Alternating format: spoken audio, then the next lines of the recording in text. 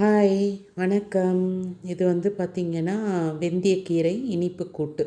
சப்பாத்திக்கு, அப்புறம் இட்லிக்கு எல்லாத்துக்கும் சாதத்துக்கு கூட ரொம்ப நல்லாயிருக்கும். பாதி டம்ளர் பாசிப்பருப்பு, பாதி டம்ளர் துவரம்பருப்பு, அப்புறம் பச்சை மிளகா அண்ட் தக்காளி.